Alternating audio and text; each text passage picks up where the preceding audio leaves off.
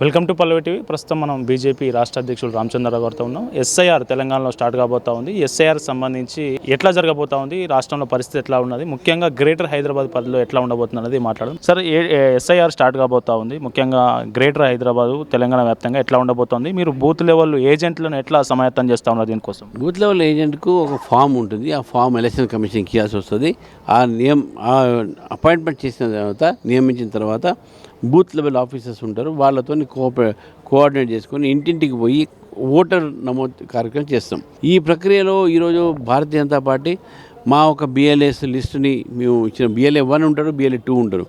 Booth స్థాయిలో BLA 2 ఉంటారు, assembly స్థాయిలో బిఎల్ఏ 1 ఉంటారు. వీళ్ళు స్థానికంగా ప్రభుత్వం అంటే ఎలక్షన్ కమిషన్ ఏర్పాటు చేసినటువంటి బిఎల్ఓస్ దగ్గర వాళ్ళతో మాట్లాడి, వాళ్ళతో తిరిగి ఏ ఓట్లయితే దీంట్లో ఉండాలి, ఏ ఓటైతే ఈరోజు జెన్యూన్ ఓటర్స్ ఉన్నారో, అసలైన ఓటర్లు ఉన్నారో, ఏ ఓటైతే దొంగ ఓటు ఉందో దాన్ని తొలగించాలి, అసలైన ఓటర్ లిస్ట్ పెట్టాలి. ఎవరైతే చనిపోయారో, ట్రాన్స్ఫర్ అయ్యారో వీళ్ళందరూ కూడా తొలగించేటటువంటి దాంట్లో డిలీట్ చేయాల్సిన అవసరం ఉంది. కాబట్టి ఈ ప్రక్రియ బిఎల్ఏ 2 చేస్తారు. ఇప్పుడు రాష్ట్రంలో ఒక ఆడియో రీసెంట్గా వినిపిస్తూ ఉంది. బిఎల్ఏ దగ్గర యూజర్ ఐడి పాస్వర్డ్లు తీసుకొని ఎంఐఎం సంబంధించిన నాయకులే వాళ్ళే సొంతంగా ఎస్ఐఆర్ చేస్తూ ఉన్నారు అనేది ఒక ఆడియో బయటకు వినిపిస్తూ ఉంది. ఏంటి అది నిజమేనా? అసలు అట్లాంటి పరిస్థితి అధికారులు కూడా ఎంఐఎం వాళ్ళ చెప్పు చేతుల్లో పనిచేస్తే ఎస్ఐఆర్ పకడ్బందీగా జరుగుతుందనే నమ్మకం ఉందా? బిఎల్ఓస్ని బెదిరించి పోయినసారి కూడా ఇదే విధంగా ఓటర్ లిస్టులో వాళ్ళు నమోదు చేసుకున్నారు. ఇప్పుడు కూడా వాళ్ళు అదే పని చేస్తారు. బిఎల్ఓ సంబంధించిన దాంట్లో వాళ్ళ యూజర్ కోడు, అదేవిధంగా వాళ్ళ పాస్వర్డ్ తీసుకొని దొంగ ఓటు నమోదు చేసేటువంటి ప్రయత్నం జరుగుతుంది. మా దృష్టికి వచ్చింది కాబట్టి తప్పకుండా దీని మీద ఎలక్షన్ కమిషన్ మీద రాస్తాము. ఎలక్షన్ కమిషన్ దీని మీద మేము మాట్లాడతాము. ఇవన్నీ కూడా ఏదైతే ఏ బిఎల్ఓస్ దగ్గర వాళ్ళు ఇచ్చారో వాళ్ళని కూడా తొలగించమని చెప్పేసి కూడా మేము అడుగుతాం. సో రాష్ట్రంలో బాలాపూర్ లాంటి ప్రాంతాల్లో రోహింగ్యాలు ఇక్కడికి వచ్చారు. వాళ్ళ దగ్గర రేషన్ కార్డులు ఉన్నాయి, డేట్ ఆఫ్ బర్త్ సర్టిఫికేట్లు ఉన్నాయి, ఆధార్ కార్డులు ఉన్నాయి. సో వాళ్ళకి ఓటు హక్కు కల్పించబోతాను. ఈ ఎస్ఐఆర్లో ఆ రోహింగ్యాల విషయంలో బీజేపీ ఎట్లాంటి స్టాండ్ తీసుకోబోతోంది? ఎస్ఐఆర్లో ఎవరైనా ఈ దేశంలో అక్రమంగా వచ్చి ఉండటం ఏతుందో, చొరబడదాలు ఉన్నారో వాళ్ళని పంపించాల్సి ఉంది.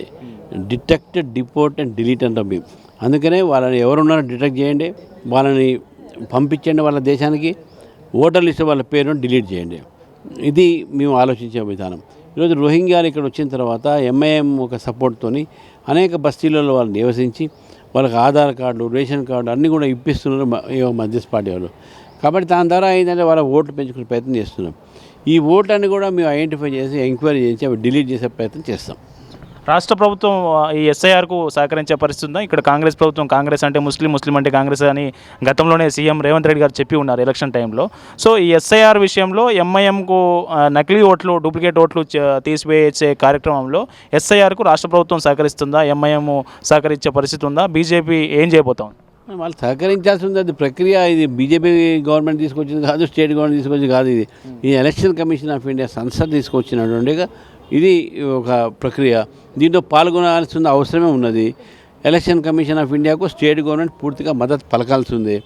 ఇది ఒకవైపు అయితే రాజకీయ పార్టీలు కూడా వాళ్ళ సంబంధించినటువంటి ఒక బిఎల్ఏస్ అందరూ కూడా మీరు ఈ యొక్క ప్రక్రియలో పాల్గొమని చెప్పి మేమే అడుగుతాము. తర్వాత రెండో విషయం ఏంటంటే ఇవన్నీ కూడా దీంతో పాటు ఈ యొక్క ఏదైతే ప్రక్రియ జరుగుతున్నదో ఈ ప్రక్రియ ఇంకా దాని నోటిఫికేషన్ షెడ్యూల్ రాలేదు.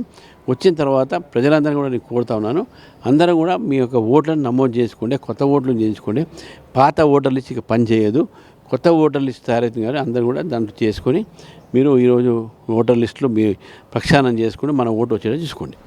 సో ఇది మొత్తానికి నకిలీ ఓట్లకు సంబంధించి, డూప్లికేట్ ఓట్లకు సంబంధించి ఏదైతే ఉంటుందో ఆ ప్రక్రియ ఖచ్చితంగా మేము బిఎల్ఓలు ఎవరైతే అట్లాంటి ఎంఐఎం కావచ్చు, అట్లాగే కాంగ్రెస్ ప్రభుత్వం కావచ్చు, సో వాళ్ళ చెప్పు చేతులు కాకుండా ఎలక్షన్ కమిషన్ గైడ్లైన్స్ ఏమున్నాయి, కమిషన్ గైడ్లైన్స్ ప్రకారం వాళ్ళు పనిచేయాలి.